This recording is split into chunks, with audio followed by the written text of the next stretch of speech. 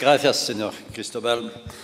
Je suis très honoré de prendre la parole devant cette assemblée en tant que président d'Areva et également président du Cercle de l'Industrie qui rassemble les 35 grandes entreprises industrielles de dimension mondiale en France et pour participer à votre réflexion autour des enjeux de l'industrie en France et en Europe dans le domaine énergétique. Aujourd'hui, alors que la 21e conférence des parties COP va s'ouvrir en France en fin d'année, vous m'avez proposé d'intervenir sur un thème tout à fait d'actualité, la France face aux défis énergétiques et environnementaux. Alors pour commencer, je voudrais revenir brièvement sur un peu d'histoire avant d'aborder les défis qui sont aujourd'hui face à nous. Alors un peu d'histoire des années 1970 à nos jours pour vous dire comment la France a fait le choix de l'indépendance énergétique. Jusqu'au début des années 1970, l'exceptionnelle croissance économique des pays industrialisés s'est appuyée largement sur le faible coût de l'énergie, avec notamment le charbon, principale source d'énergie depuis la fin du XIXe siècle, et l'exploitation pétrolière qui s'étendait au Proche-Orient. Alors en 1973, il y a eu le premier choc pétrolier, et le prix du pétrole a été à l'époque multiplié par 4 en un an. La France s'est inquiétée d'un accès indépendant à une source d'énergie et n'avait pas, à la différence des États-Unis qui disposaient de charbon et de pétrole, des ressources internes, de l'Allemagne qui avait des mines de charbon. Donc pour la France, le gouvernement a pris alors la décision d'accélérer la construction des réacteurs nucléaires et au début des années 80, entre 2 et 8 réacteurs par an ont été construits. Donc, vous connaissez donc l'histoire. Donc, avec ce développement du nucléaire, le taux d'indépendance énergétique du pays est passé à l'époque de moins de 25% au moment du premier choc pétrolier à plus de 50% au début des années 90.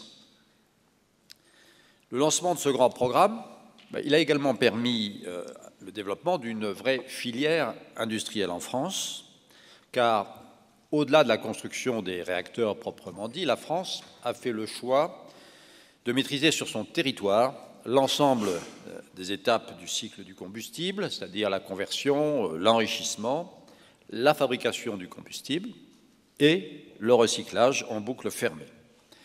Et aujourd'hui, cette filière, elle emploie 125 000 emplois directs, environ 450 entreprises, soit pour le pays autant que l'aéronautique.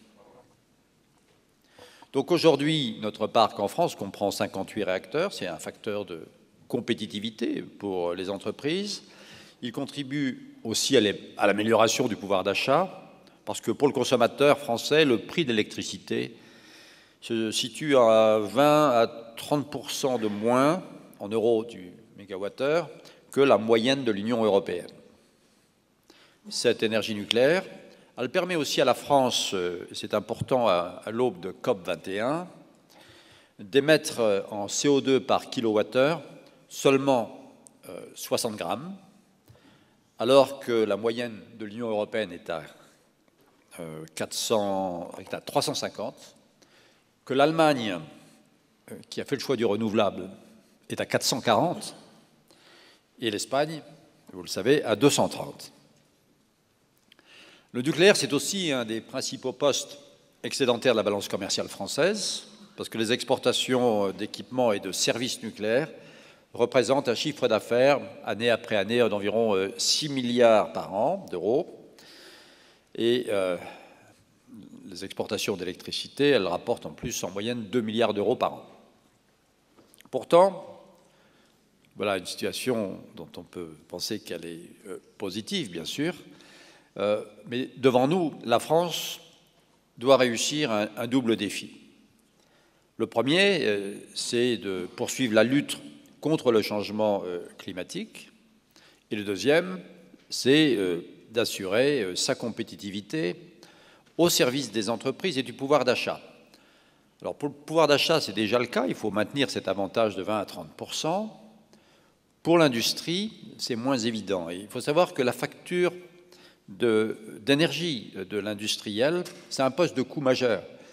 Pour les entreprises françaises, c'est environ la moitié du coût de la masse salariale. Il est donc essentiel de maîtriser ce coût et de maîtriser toute évolution de la facture énergétique.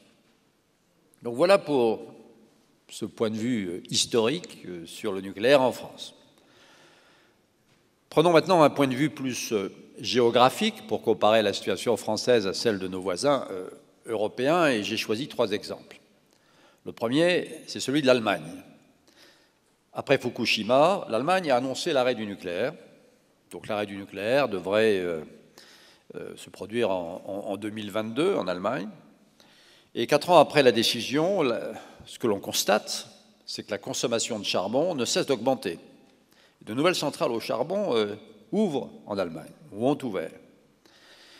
Et en outre, depuis 2012, puisqu'il faut un soutien massif aux énergies renouvelables, ce soutien massif coûte environ 30 milliards d'euros par an aux consommateurs allemands, pour une production qui, en termes de renouvelables, représente environ 28% du mix allemand. Et on a donc cette situation sur le renouvelable et un recours accru au charbon.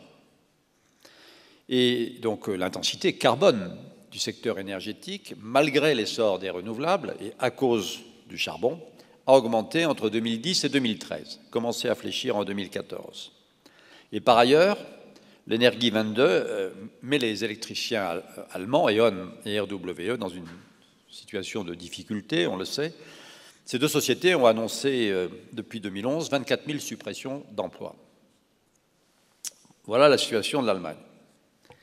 Alors je me suis permis d'avoir un point de vue aussi sur la situation de l'Espagne, qui a mis en place dans les années 2000 une politique de subvention très attractive pour le développement des énergies renouvelables. Alors ça a eu un mérite, c'est de permettre à l'Espagne d'atteindre ses objectifs en matière de renouvelables avec 7 ans d'avance par rapport au planning initialement prévu.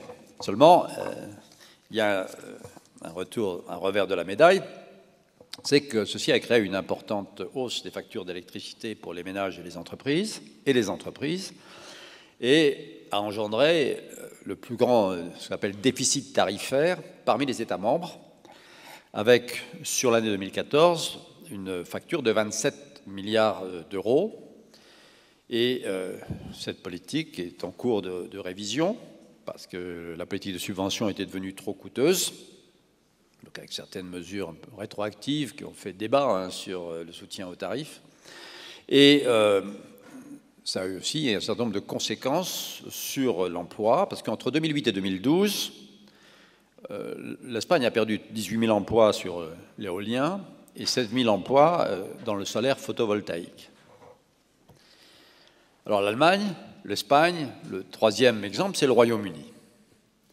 Pour assurer son indépendance énergétique, le Royaume-Uni, alors que son système de production va faire face dans les années à venir à des changements majeurs, que ce soit en termes d'infrastructures de production, qu'il faut fermer, au déclin de réserves de pétrole et de gaz en mer du Nord, à la nécessité de respecter des objectifs de limitation des gaz à effet de serre, le Royaume-Uni, dans cette situation, a mis en place un certain nombre de dispositifs intéressants.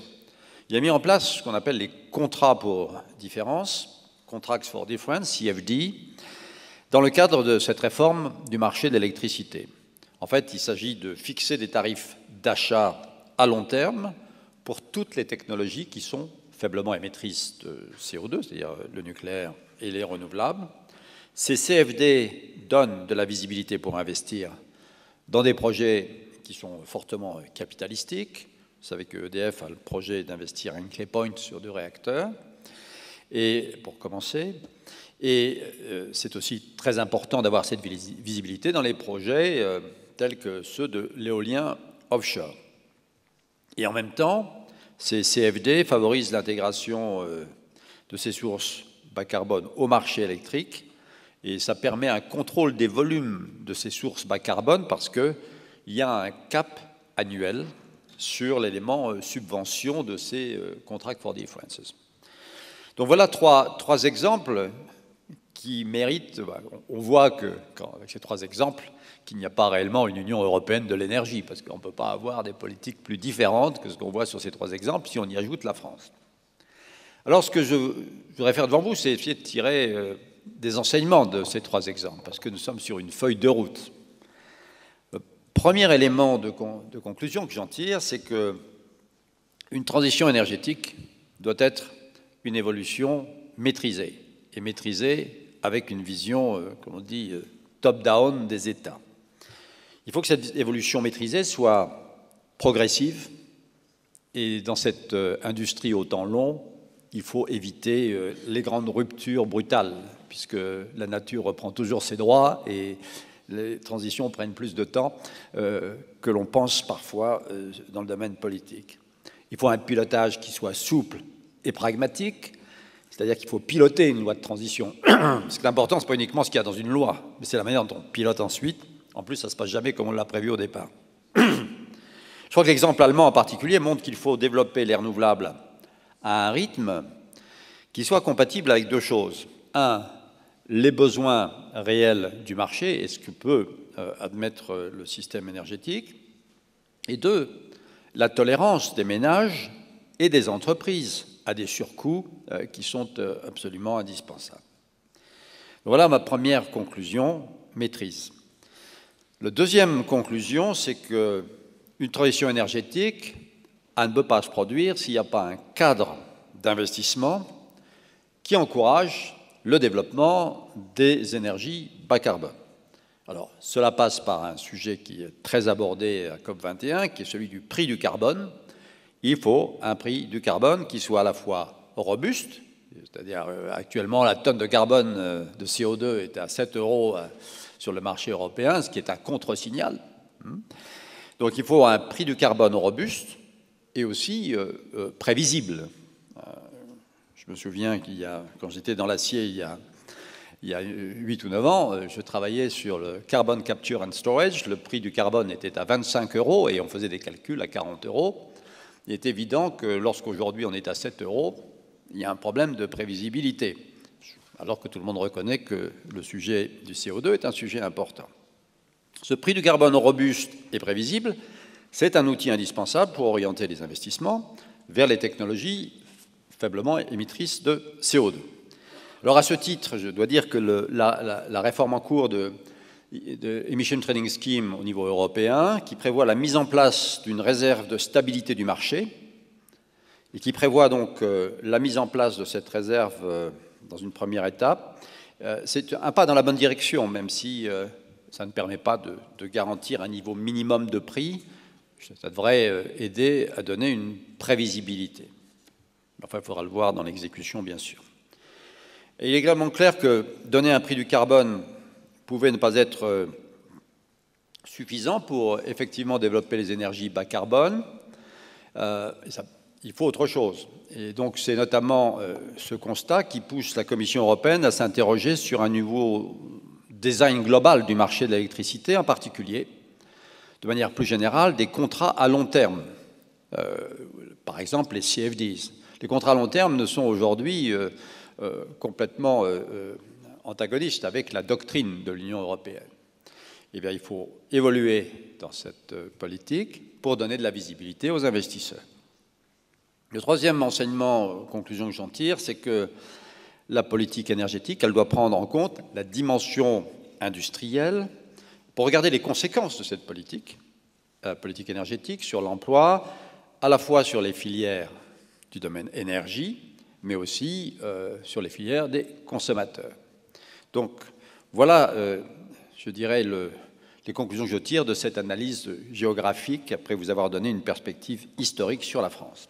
Alors, où en est-on maintenant en France en matière de transition énergétique? La France veut faire un levier de compétitivité et de croissance d'emploi de cette loi. Elle va fixer, cette loi, un cadre pour contribuer plus efficacement à la lutte contre le dérèglement climatique et je crois renforcer l'indépendance énergétique du pays. Donc si on examine cette loi, elle fixe des objectifs et un cadre commun aux citoyens, aux entreprises et aux collectivités territoriales et à l'État pour réussir cette transition, renforcer l'indépendance et lutter contre le changement climatique. Et dans sa deuxième version, qui a été adoptée en mai de cette année à l'Assemblée nationale, le 26 mai, la loi donne 5 objectifs majeurs, qui sont d'ailleurs au même niveau, ce qui peut être discuté. Le premier, c'est un objectif de réduction de 40% des émissions de gaz à effet de serre en 2030 par rapport à 90. Et on peut regretter effectivement que cet objectif, qui est le plus important, soit au même niveau que les autres que je vais citer. Il devrait être, je pense, un cran au-dessus, parce que c'est lui qui doit fédérer l'ensemble. Mais on a 4 autres objectifs.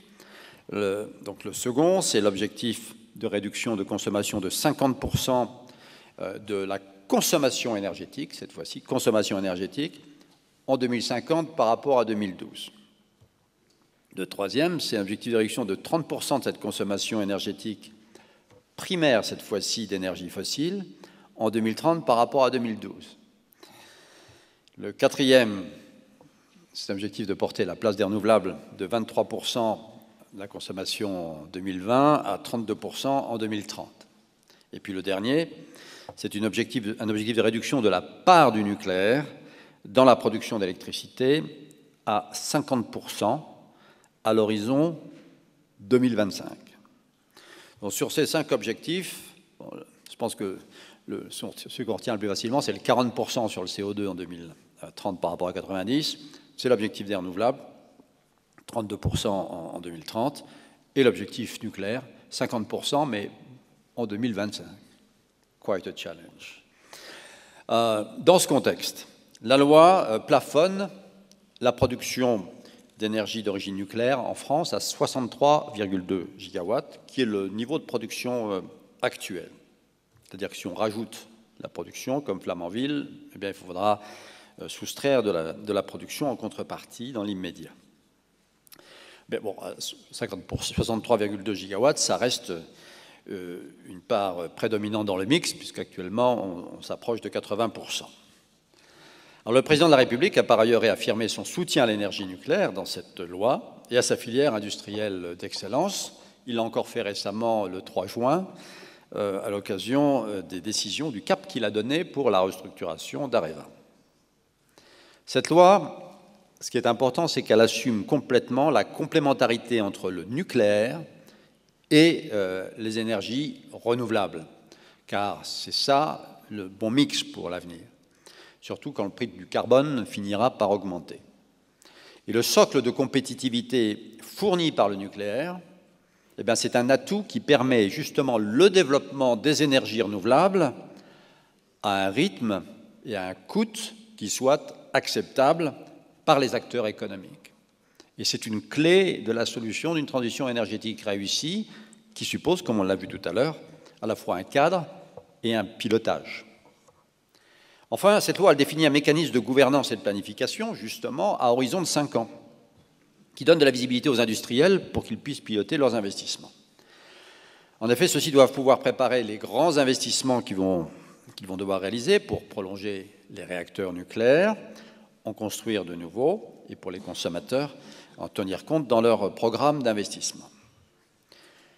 Et il est important d'indiquer, parce que ce n'est pas toujours évident, que les entreprises ont un rôle absolument primordial à jouer dans cette transition énergétique. D'abord, en étant impliquées dans les instances gouvernementales de gouvernance, puisqu'il va falloir piloter cette loi de transition énergétique.